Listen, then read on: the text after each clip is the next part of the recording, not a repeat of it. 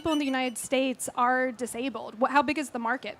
Yeah, so according to the Center for Disease Control, and this is a slightly older statistic, 22% of people in the United States are disabled.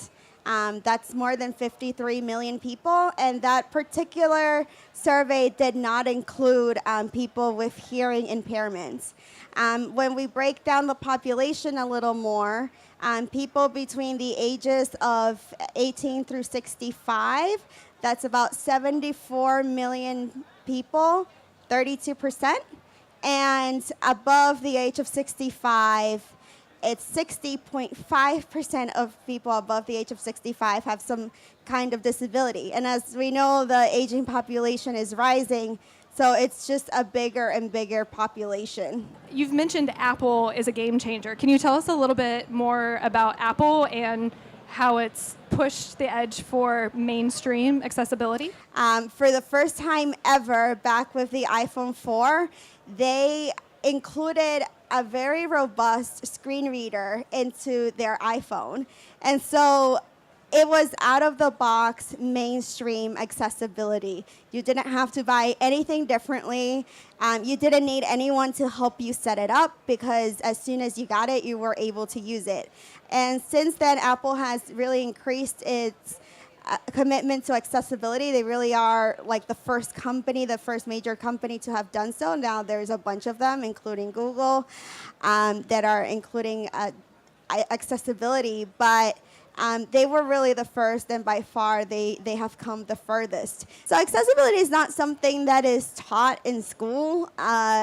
Most people who are in web design and development don't know about it because it's not something that is really talked about.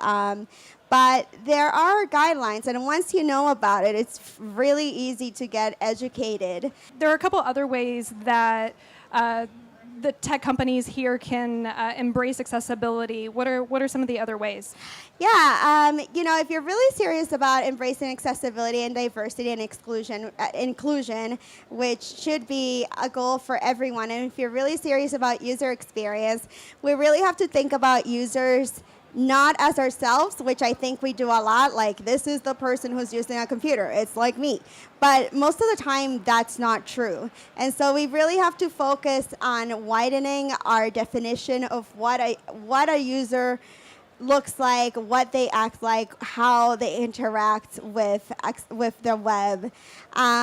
So really thinking about accessibility from the ground up. Like I mentioned before, accessibility should be part of the development process. It should not be a retrograde fix. It should not be put in place after things are done and somebody tells you, oh, this is inaccessible.